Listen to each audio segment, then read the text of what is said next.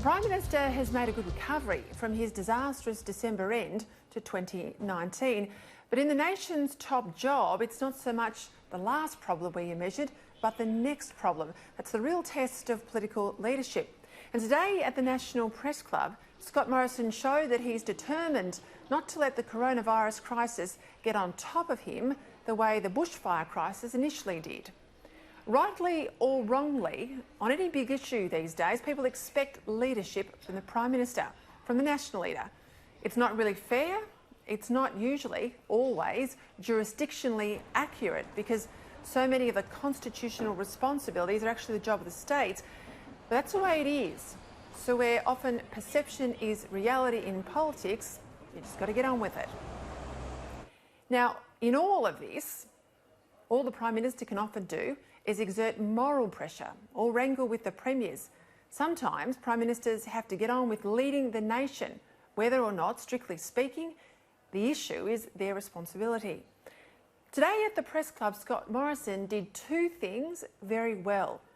He wrapped up the government's handling of the bushfire crisis by declaring that the national government was no longer going to take a back seat in national disasters. I suspect it won't come to this because the pressure will ease a little once this crisis is over, but the federal government is not ruling out a referendum to give Canberra the constitutional powers to take charge in all national emergencies, and I think the PM's right. But that wasn't the big news of today. Instead, it was the dramatic move announced at a press conference before the big speech for Australia to evacuate Australians out of Hubei province and to put all of these new arrivals onto Christmas Island for a quarantine period of 14 plus days to guard the rest of us, the broader Australian population, against coronavirus risk. Now, this decision will, of course, add to the swiftly developing air of crisis around this previously unknown and potentially deadly disease. But trust me, the crisis was coming anyway. And by making such a dramatic announcement, the PM showed that the government is taking the danger seriously and won't hold back from doing all that's necessary to protect the public. Now, I admit this move will be tough on Aussies coming back from Wuhan. And pretty obviously, it means very few travellers from China, at least until there's a vaccine against this new scourge. And there will be significant economic ramifications, including a potential hard hit to the budget bottom line. But again, this would have happened anyway, and it's better that it happens because the government has taken charge rather than because it emerges haphazardly. But if Australians coming out of Hubei province are to go into quarantine, Australians from Wuhan, what about people from China more generally? Travelling now to Australia, given what seems to be the inevitable and rapid spread of this disease throughout China.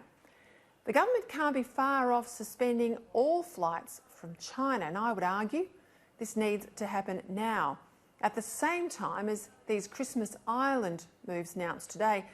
But in breaking news tonight that I'll cover with the Health Minister in just a moment, home quarantine has now been ordered for anyone who's come from China within the last fortnight and could therefore be infectious but not necessarily have symptoms.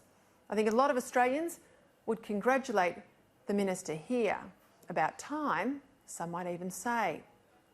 Again, even though healthcare is primarily the responsibility of states, on this issue, people expect the national government to take the lead, given that customs and quarantine are already the responsibility of the Commonwealth. So expect more announcements. Expect Borders Minister Peter Dutton and Health Minister Greg Hunt, two of the government's most capable, to really be front and centre in coming days and weeks in relation to precautions at airports and some of our big public hospitals. Now, the point of all these announcements isn't to feed the inevitable fears, but to allay them. Because in uncertain times, what people expect above all is that their government is thinking one step ahead of developments. And because we're an island continent, we can protect ourselves better than most. So on bushfires and national powers, as well as the coronavirus disease, full marks to the PM today. That just leaves him the issue of Bridget McKenzie. But I maintain what I've said previously. She will not be in Cabinet when Parliament returns, because this is a government that's now determined to get back on message. And sports rorts, well, they're a distraction they don't need.